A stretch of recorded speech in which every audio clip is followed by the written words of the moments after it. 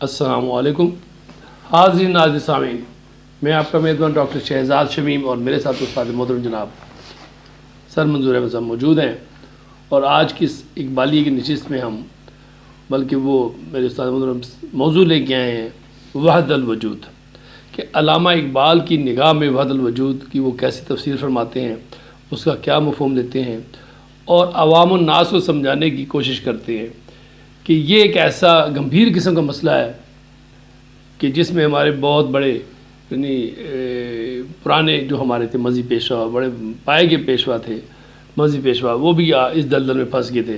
تو میں گزارش کروں گا کہ وہ اس کے اوپر روشنی ڈالیں. جناب استاد محترم السلام علیکم. وعلیکم السلام. ڈاکٹر صاحب آج آپ یہ بہت جو ہے نا بڑا زندگی کا انتہائی بڑا بنیادی اور بڑا مرکزی یہ نقطہ ہے انسان کو اور زندگی کو سمجھنے کے لیے، کہ جب تک ایک فرد جو ہے یا جماعت جو ہے نا وہ کلیئر ہی نہیں ہے اپنے فردیت پر یا اجتماع کے بارے میں، تو آگے کیا کرے گی؟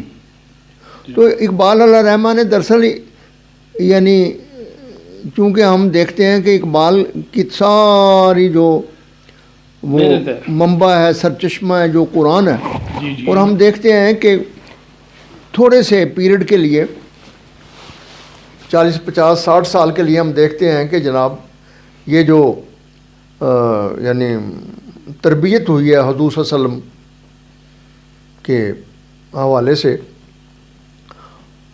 اور خلفۂ راشدین کے بعد ہم دیکھتے ہیں کہ وہ آہستہ آہستہ وہ شخصیت، وہ پرسنالٹی جو کہ مسلمانوں میں ایک ڈیولپ ہوئی تھی.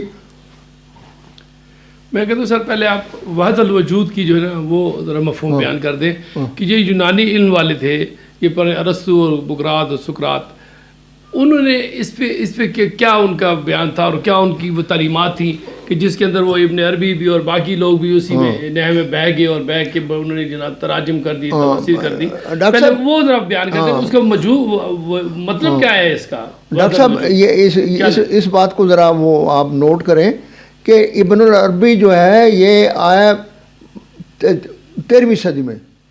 جی ابن العربی جو ہے، اور اقبال علیہ رحمہ نے کہا ہے کہ یہ بڑے عجیب سا ایک وہ مماثلت ہے کہ ابن العربی نے قرآن کی جس نقطہ نظر سے تفسیر کی ہے، شنکراچاریہ نے بھی ویدوں کی اسی طریقے سے کی ہے. کہتے ہیں ہندوؤں اور مسلمانوں میں یہ عجیب مماثلت ہے کہ شنکراچاریہ نے ویدوں کی تفسیر کس سے کی ہے؟ وحدت الوجود. وحدت الوجود سے کیا مراد ہے؟ جی یہ پہلے بیان کریں نا کہ یہ کائنات جو ہے عین ذات ہے. اچھا، یعنی زندگی انفرادی نہیں ہے. جی تمہیں یہ ساری کائنات خدا ہے، مطلب ہر چیز جو ہے تمہیں خدا نظر آتا ہے. اچھا، ہر چیز بھی خدا ہے، ہر چیز خدا ہے. درخت خدا ہے، سانپ خدا ہے، آگ خدا ہے، پہاڑ خدا ہے، انسان خدا ہے. بجائے اس کے یہ کہ فطرت ہے، قدرت ہے، اللہ کی نشانیاں ہیں، اسی کو خدا بنا دیا انہوں نے. ہاں، کہ جب ہم اور اقبال اس پر بڑا زور دیتے ہیں کہ وحدت الوجود اور توحید، جی یعنی توحید کا جو ہے نا وہ ہم دیکھتے ہیں کہ جو اپوزٹ ہے وہ شرک ہے.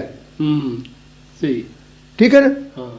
اب وحدت الوجود کے حوالے سے جب آپ کائنات کو دیکھیں گے اور اس پر غور و خوض کریں گے تو آپ کو، اور اقبال نے یعنی جو اپنا 1915 میں جو انہوں نے اس پر اسرار رموز بے خودی پر جو انہوں نے کوئی ابتدائیہ جو خطبہ لکھا تھا وہ بڑا، اور اس میں ڈاکٹر صاحب وہ آپ خوش ہوں گے یہ سن کے کہ انہوں نے بڑا فارمولہ بتایا.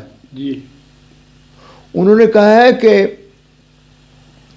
اخلاقی اعتبار سے، ڈاکٹر صاحب ایک لفظ پر غور کرو، اخلاقی اعتبار سے افراد و اقوام کا طرز عمل، یعنی پوری بنی نوع انسان کا اخلاقی اعتبار سے افراد و اقوام کا طرز عمل اس نہایت ضروری سوال کے جواب کے پیدا کرنے میں ہے کہ یہ انا اور میں خودی کیا ہے.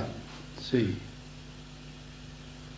اور علامہ کہتے ہیں کہ یہی وجہ ہے کہ دنیا کی ہر قوم پوری آل اوور دا ورلڈ جو ہے نا ان کے علماء اور حکماء نے اس نقطے پر بہت زیادہ تحقیق کی ہے کہ یہ اور لیکن انہوں نے کہا ہے کہ اس سوال کا جواب افراد و اقوام کے ذہنی قابلیت پر اس قدر ڈپینڈ نہیں رکھتا جس قدر کے ان کے افتاد طبع پر.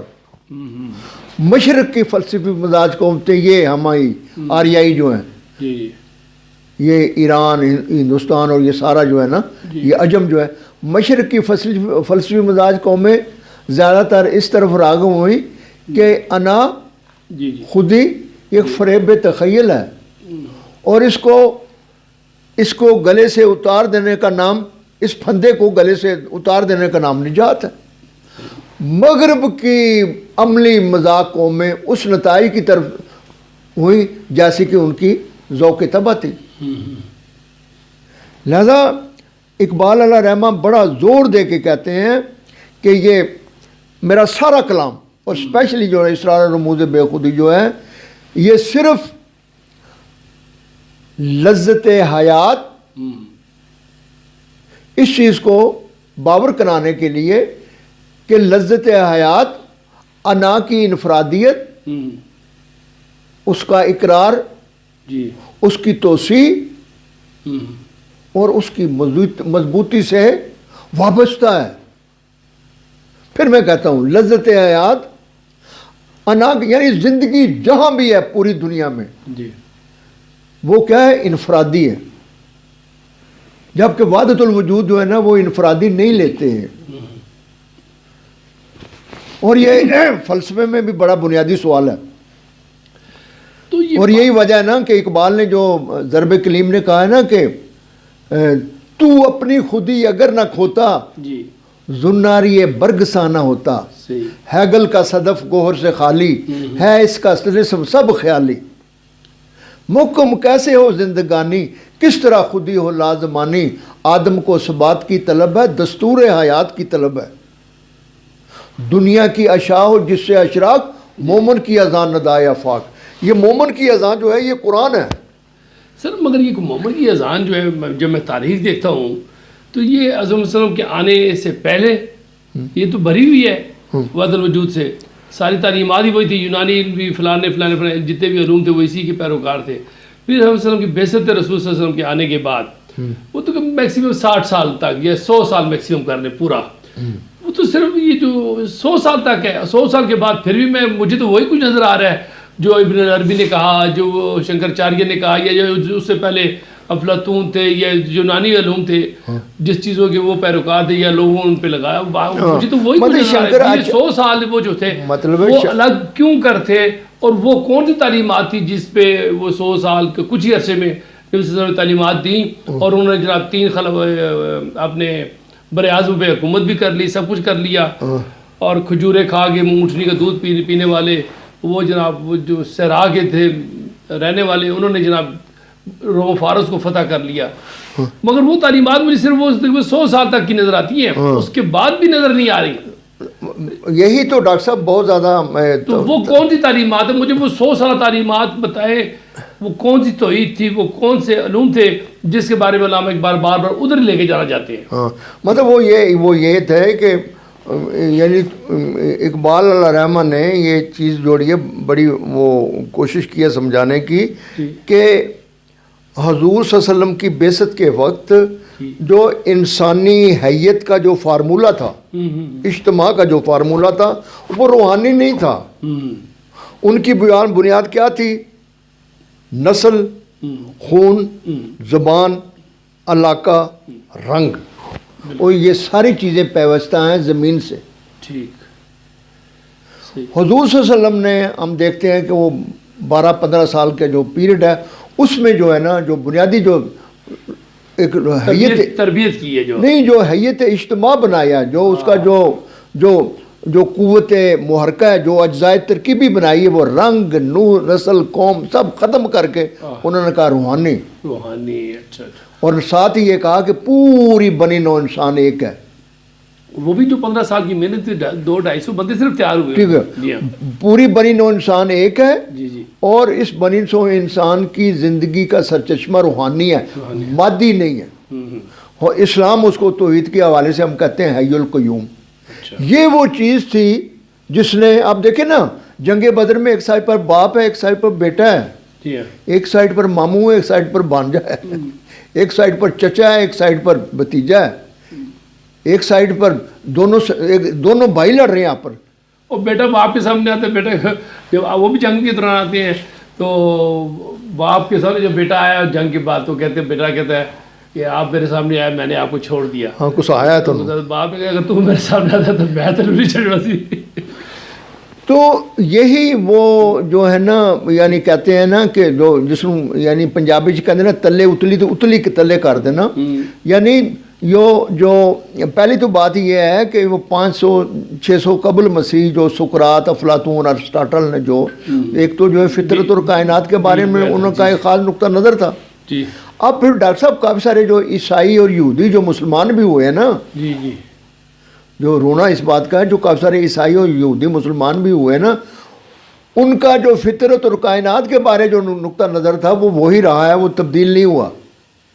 وہ نتیجہ یہ نکلا, یہ آپ کا سوال بڑا زبردست ہے کہ وہ تھوڑے ہی عرصے کے بعد ہم دیکھتے ہیں کہ جناب نا وہ, اور اقبال نے اس کو فارسی میں کہا ہے کہ یعنی جو خود ہی جو ہے نا وہ تختوں کو فتح کر کے بادشاہوں کو, اور خود ہی اس پر جا کے بیٹھ گئے, اور نتیجہ نکلا کہ آہستہ آہستہ وہ تمام باسی ہے. ٹھیک ہے, تو باسی کو دور سے یہ کام دوبارہ شروع ہو گیا. اب دیکھیں نا, یعنی اقبال کا کتنی بڑی وہ کام ہے کہ وہ مولوی روم کے بارے میں بھی کہتے ہیں کہ جب تبریز گیا ہے تو وہ اس وقت ارسطو, سقراط اس کی گتھیاں سلجھا رہا تھا, یعنی شریعت وہی تعلیمات سکھا رہا وہ چلا. تو اب اقبال علیہ الرحمہ کا جو سب بہت بڑا جو کام ہے پوری عالم اسلام میں وہ یہی ہے کہ جب اس نے 1935-36 میں کہا نا کہ تمدن, تصوف, شریعت, کلام, بتان عجم کے پجاری تمام, بتان عجم کے پجاری تمام, حقیقت خرافات میں کھو گئی, یہ امت روایات میں کھو گئی. ٹھیک ہے, اور پھر وہ ہندوستان میں جو ہے نا وہ خطبہ الہ آباد کے بعد کہتے ہیں کہ نہ دیر میں نہ حرم میں خودی کی بیداری, کہ خاورہ میں ہے قوموں کی روح تریا کی, کہ پورا مشرق اس طرح پتہ لگتا ہے جس نے یہ بھنگ پی کے سویا ہوا ہے. اور اسی وجہ سے نا اقبال جب شکوے میں 1911 میں اللہ سے رو کے کہتے ہیں کہ اللہ کوئی ہے ہی نہیں میرے علاوہ. بالکل ڈاکٹر صاحب میں کہتا ہوں کہ علامہ کا صرف بلکہ اس کا میں کہتا ہوں پورے عالم اسلام پر یہ بہت بڑا وہ ہے کہ اس نے جناب نا جس طرح ایک وہ ہوتا ہے نا قافلہ جو ہے وہ رستہ بھٹک جائے, جی جی, اس پورے قافلے کو کہا جائے بھئی یہ سیدھا پگڈنڈی ہے. تو یہ اقبال نے تو 20ویں صدی میں آ کے جا کے, اور یہ اتنی یہ اس کی روٹس اس کے گہرے تھے, اس کی ڈیپتھ تھی کہ اندازہ لگاؤ نا کہ جب انگریزوں کو پتہ لگا کہ یہ بابا تو فوت ہو گیا ہے قائد اعظم, تو جو کہتے ہیں کہ جو یک دم ان کے منہ سے جو الفاظ نکلے ہیں ان لوگوں کے, تو انہوں نے کہا کاش ہمیں اگر پتہ ہوتا تو ہم تو 1 سال مذاکرات لیٹ کر دیتے, ان کے پاس تو کوئی دوسرا بندہ نہیں تھا جو ان کو سنبھال سکے. تو یہ جو اس حوالے سے ڈاکٹر صاحب یہ پاکستان کی جو تخلیق ہے, پاکستان کو جو دنیا کے نقشے پر آنا جو ہے, اور علامہ اقبال کا 1930 میں یہ کہہ دینا کہ عرب ملوکیت نے اسلام کے خوبصورت چہرے پر جو داغ دھبے لگائے, ہم اس کو صاف کر کے پوری دنیا کو بتانا چاہتے ہیں کہ اسلام کا صاف ستھرا کیا چہرہ ہے. اچھا ٹھیک ہے, اس لیے پاکستان بنا تھا. صحیح, تاکہ وہاں جا کے پورا اسلام رائج کیا جا سکے. ہاں, تو یہ جو ہے نا یہ پھر میں دہراتا ہوں ڈاکٹر صاحب کہ جب تک ایک فرد جو ہے نا وہ اس کی چیز کو تسلیم نہ کرے کہ میں ہوں, میرے ہونے میں کوئی شک نہیں ہے, اور میں اپنی شخصیت کو مضبوط کروں گا, اور یہ خودی اور بے خودی کہ انفرادی طور پر اور ایک سٹیج پر جا کے جب پورا اجتماع جو ہے کہ ان کا جو جو ان کا جو کیا کہتے ہیں کہ اجزائے ترکیبی کا جو فارمولہ ہے وہ روحانی بنتا ہے، تو پھر ڈاکٹر صاحب پھر اور ہی چیزیں نکلتی ہیں۔ یہ روحانی سے آپ کی کیا مراد ہے؟ قرآن کی تعلیمات نہیں، روحانی سے مراد یہ ہے کہ جو ہم کہتے ہیں نا کہ یہ کون ہے جی، یہ اپنا فلانا خان فلانا چودھری فلانا، نہیں، مطلب ہم کہتے ہیں کہ یہ چیمے ہیں، ٹھیک ہے، چیما قبیلہ ہے، یہ چٹھا قبیلہ ہے، ہاں، یہ گجر ہیں، یہ سواتی ہیں، یہ جدون ہیں، ہاں، یہ سید ہیں، یہ ترک ہیں، یہ عرب ہیں، یہ ایرانی ہیں۔ یہ ہے ہمارا انسانی جو اجتماع جو حیت ہے، اس کا فارمولہ یہ ہے۔ روحانی جمہوریت یہ ہے کہ نہیں، ہماری جو جس طرح علامہ کہتے ہیں، ہاں، جب علامہ کہتے ہیں نا کہ اپنی ملت پر قیاس اقوام مغرب سے نہ کر، خاص ہے ترکیب میں قوم رسول ہاشمی۔ تو یہ جب تک، اور ہمارے، میں تو ڈاکٹر صاحب یہاں تک کہتا ہوں کہ پوری دنیا، پوری بنی نوع انسان کا حال اسی میں ہے، مطلب اور یہ مجھے نظر آ رہا ہے۔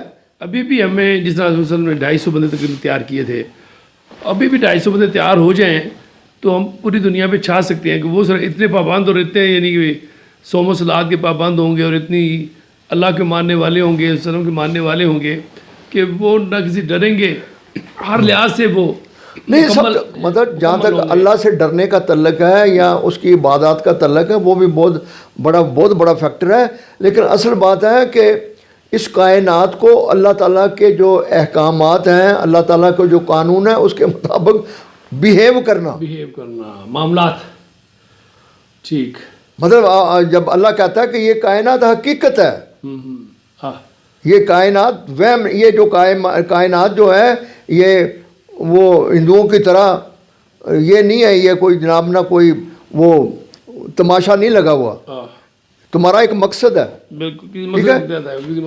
ٹھیک ہے، وہ جو اقبال علیہ رحمہ کہتا ہے نا کہ خودی کو کر بلند اتنا کہ ہر تقدیر سے پہلے خدا بندے سے خود پوچھے بتا تیری رضا کیا ہے، یہ ہے خودی کو مضبوط کرنا۔ تو ڈاکٹر صاحب میں تھوڑے سے بندے بھی چاہیے، زیادہ بندے کروڑوں کے حساب سے نہیں چاہیے، مطلب ہے 200-300 بندے بھی ہوں تو ہم باقی کام کر سکتے ہیں۔ نہیں، میں کہتا ہوں دیکھو نا ڈاکٹر صاحب، اگر اس وقت 10,000 کی آبادی تھی، فرض کرو وہ مکے کی، وہ 12,000 تھی، تو کیا ہے 200-250 آدمیوں کیا نسبت بنتی ہے؟ آج ہمارا جو سب سے بڑا مسئلہ علامہ اقبال کی جو ہے وہ نظر سے دیکھیں تو وہ کہتا ہے تمہارا اصل مسئلہ یہ ہے، اور تم زوال کو اس طرح روک سکتے ہو کہ اپنے اندر شخصیتیں پیدا کرو، وہ تمہارے اندر موجود نہیں ہے۔ ابھی تو اس میں ہمیں 2,500-3,000 بندہ کم از کم تیار کرنا پڑے گا، ٹھیک ہے۔ اور پھر دوسری بات یہ ہے کہ یہ جب علامہ کہتا ہے نا کہ بھئی قرآن کا حقیقی منشا تو یہ ہے، جی ڈاکٹر صاحب کیا موتی پروئے ہیں یار، قرآن کا حقیقی منشا تو یہ ہے کہ ذہن انسانی کے کائنات اور خالق کائنات کے ساتھ روابط ہیں، قرآن ان کا برتر اور اعلیٰ شعور پیدا کرتا ہے۔ تو بابا یہ جو انا ہے، یہ جو شخصیت ہے، یہ جب تک اس کو احساس نہیں ہوگا کہ میں ہوں، میرے ہونے میں کوئی شک نہیں ہے، اور یہ میرے سامنے جو مادی دنیا ہے یہ وہم نہیں ہے، یہ حقیقت ہے، اور میں نے اس کو سر کرنا ہے، میں نے علم بالحواس کے ذریعے اس کو مسخر کرنا ہے۔ بالکل یہ خدا کا قانون ہے۔ صحیح۔ اور آپ دیکھیں نا حضور صلی اللہ علیہ وسلم کے دور میں آپ جتنی بھی جنگیں دیکھیں نا، کہ وہ نبی ہوتے ہوئے بھی، جو سردار دو جہاں ہوتے ہوئے بھی، ہم دیکھتے ہیں کہ جہاں بھی انہوں نے مطلب اگر جنگ احد میں انہوں نے کہا کہ دیکھیں یہ درے کو نہیں چھوڑنا، درے کو چھوڑا اور 70 ہمارے شہداء ہو گئے جنگ احد میں، ٹھیک ہے۔ تو ڈاکٹر صاحب پھر میں اپنے جوانوں کو آپ کی توجہ سے یہی میسج دوں گا کہ خدا کے واسطے اگر تم نے کامیاب ہونا چاہتے ہو تو یہ جو قرآنی جو ایک کیا کہتے ہیں کہ ٹھوس حقیقت ہے، حضور صلی اللہ علیہ وسلم جس طریقے سے اقبال نے وحی کی حقیقت کو بتایا نا، وحی کیا ہے ڈاکٹر صاحب بقاعدہ وحی کے عنوان سے اشعار ہیں اقبال کے، بالکل ایسے ہی کہ عقل بے مایا امامت کی سزاوار نہیں. صحیح. یہ جو فلسفہ ہم لے کے بیٹھے ہوئے ہیں. بالکل. عقل بے مایا امامت کی سزاوار نہیں، رہبر ہو زن و تخمی تو زبوں کار حیات. فکر بے نور تیرا جذب عمل بے بنیاد، سخت مشکل ہے کہ روشن ہو شب تارے حیات. خوب و ناخوب عمل کی ہو گرا واہ کیوں کر. بالکل. صحیح. کہتا ہو پتہ ہے تمہیں یہ جو گانٹھے لگے ہوئے ہیں یہ کس طرح تم کھولو گے. گر حیات آپ نہ ہو شار اسرار حیات. صحیح. صحیح. تو یہاں اقبال علیہ الرحمٰن نے کہا ہے کہ وہی جو ہے یہ دراصل حضور صلی اللہ علیہ وسلم کی زندگی میں زندگی کی رہنمائی کے لیے آئی ہے. صحیح. تو اور یہی وجہ ہے کہ علامہ نے بار بار کہیں کہا ہے کہ محمد سے وفا تو نے تو ہم تیرے ہیں، یہ جہاں چیز ہے کیا لو قلم تیرے ہیں. صحیح. مگر ہم یہ دیکھتے ہیں کہ جب وہ 200-250 بندے تیار ہو گئے تھے وہ اکثر سے کہا کرتے دیکھیں جی وہ تو ہمیں کافر آ کے مارتے بھی ہیں، راستے کبھی روکتے ہیں، کبھی کیا کرتے ہیں، کبھی وہ عمرہ کرنے ہیں تو وہ نہیں کرنے دیا. تو آپ نے کہا نہیں ابھی صبر کرو صبر کرو. جب تک آپ نے ان کو دیکھا کہ وہ آپ نے جو ایک پیمانہ رکھا ہو جو معراج تک یہ بندے نہیں پہنچے اس وقت آپ نے ان کو اجازت نہیں دی کہ ہاتھ اٹھاؤ یا ان کا مقابلہ کرو. اور جب وہ تیار ہو گئے تو آپ نے کہا ٹھیک ہے آ جاؤ پھر آؤ اب آ جاؤ میدان. نہیں ڈاکٹر صاحب دیکھو نا پھر دیکھو نا ایمان کی حد تک پھر اللہ سے بھی محبت کے حوالے سے کہتے ہیں کہ اللہ میاں میں لے آیا ہوں سارا سامان. بالکل. لے کے آیا ہوں. بالکل. یاد رکھ کتنی محبت سے کہ میں سب کچھ لے کے آ گیا ہوں. بالکل. اب تو ڈنڈے تھے، چھریاں تھی، تلواریں تھی، ٹوٹی ہوئی تھی، جیسی کیسی بھی تھی، بس وہ پورے جو اسباب تھے ان کے وسائل جو موجود تھے ان کو پورا لا کے اس کے بعد اللہ پہ چھوڑو، اللہ پہ دعا کی. جس طرح علامہ اقبال نے جواب شفوہ نے کہا ہے نا کہ آج بھی ہو جو ابراہیم کا ہیمہ پیدا، بالکل آگ کر سکتی ہے انداز گلستہ پیدا. بالکل صحیح کہہ رہے تو آج بھی جو ہے نا جو ہمارا بہت جو ہے نا یہ ہمارے دانشور کچھ یہ ملوکیت اور سرمایہ داری کے حوالے سے دائیں بائیں لوگوں کو گھماتے ہیں. اصل بات ہے کہ آج بھی جس طرح دیکھو نا ڈاکٹر صاحب جاوید نامہ میں اقبال نے کھل کے کہا ہے کہ او یار زمین دو کاموں کے لیے ہے، ایک تمہارے رزق کے لیے اور دوسری تمہاری قبر کے لیے، اس کے علاوہ اور تمہیں کیا چاہیے. بالکل بالکل صحیح کہ زمین سے صرف 2 کام لے، جب تک تو زندہ ہے رزق لے. بالکل. وہ بھی اپنی ضرورت کا جمع کرنے کے لیے نہیں کہا. ہاں اپنا رزق لے اور باقی جو اضافی ہے وہ بانٹ دے. باقی جو ہے نا وہ بانٹ دے. اور جب تو مر جائے تو چپ کر کے جو کب یہ کہتا ہے یہ 2 کام لے. اب دیکھیں نا اور مجھے تو نظر آتا ہے ڈاکٹر صاحب انشاءاللہ یہ یعنی کچھ عرصے کے بعد پوری کائنات میں یہی چیزیں ان کو اپنانی پڑے گی. بالکل بالکل صحیح کہہ رہے ہیں. صحیح ماشاء اللہ. خاتون حضرات اس کے ساتھ آج کی ہماری محفل کا جو نشست کا اختتام ہوا. امید ہے آپ اس سے ضرور مستفید ہوں گے اور آگے اپنے دوستوں کو بچوں کو طلباء طالبات تک یہ بات پہنچانے کی کوشش کریں گے. تو حاصل یہ ہے اس نشست کا کہ ہمیں قرآنی تعلیمات پہ عمل کرنا ہوگا. ہمیں اس روحانیت جو منبع بتایا ہے جو سر نے جو بہترین جو معراج ہے اس تک پہنچنے کے لیے ان جیسا بنیں گے سمغار حسین جس طرح وہ تیار ہوئے تھے تو ساری دنیا انشاءاللہ دنیا کے آگے ہر جگہ ہمیں فتوحات ملیں گی. پاکستان